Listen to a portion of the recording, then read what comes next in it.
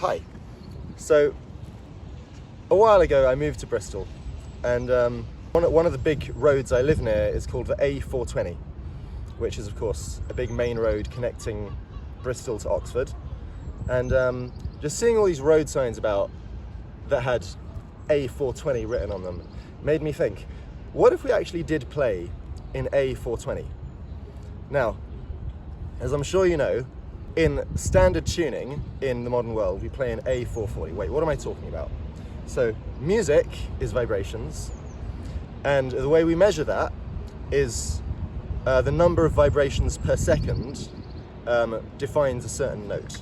So if a sound has 440 vibrations per second, we call that the note A, and that's the note from which all the other notes are measured.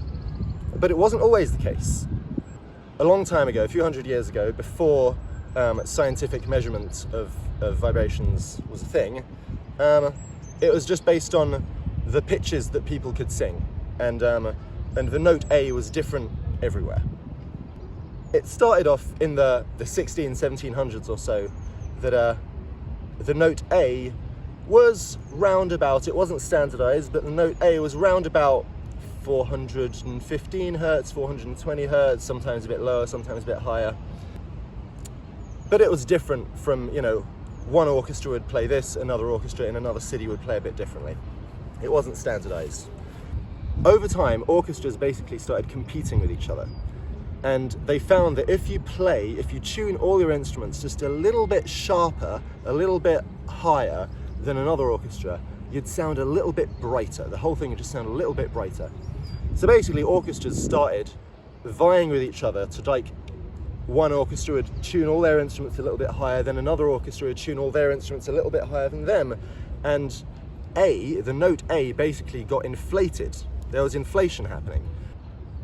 A just started getting higher and higher until it was just so high you couldn't believe. But the one thing that you can't tune is a human voice.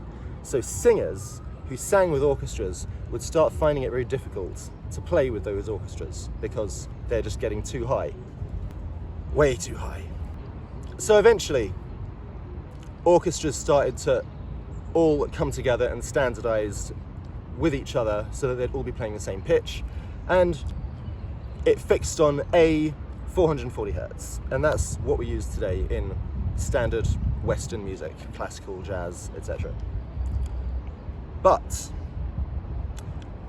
the violin that we play nowadays, I know doesn't look like a standard violin, but structurally it is the same. It might be turquoise and it might be curvy, but in terms of dimensions, it's the same as any other violin. And this standard model of a violin was fixed in about the year 1700 when Stradivari, who was the most famous violin maker ever, made his violins. And since Stradivari died, basically all violins have been made according to his exact designs. So almost all violin makers who live today and who have lived in the past couple of hundred years copy Stradivari's designs pretty much exactly as possible. When Stradivari was alive, standard tuning wasn't fixed at 440 hertz. When Stradivari was alive, A was about 420 hertz. So, the standard design that all violins are based off is a design for A being about 420 hertz. And there are lots of violinists who say that if you tune your violin down a little bit to about 415, 420 hertz, it actually sounds a bit better because the shape and design of the fiddle is optimized for that frequency. So I'm going to try that. So at the moment I'm tuned in A440.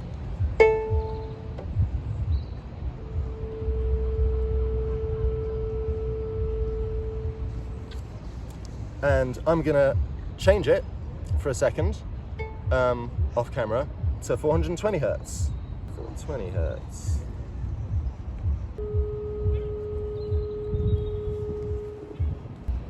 Okay, this is A420.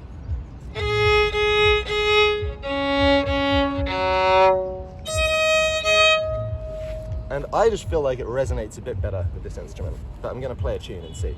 All right, this is called High Drive by Gordon Duncan.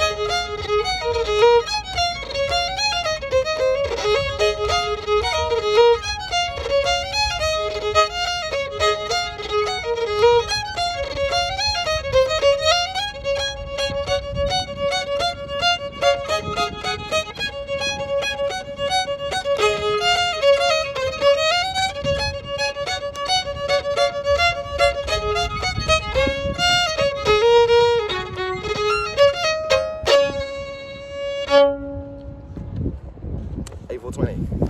All right, that's it. Happy 420.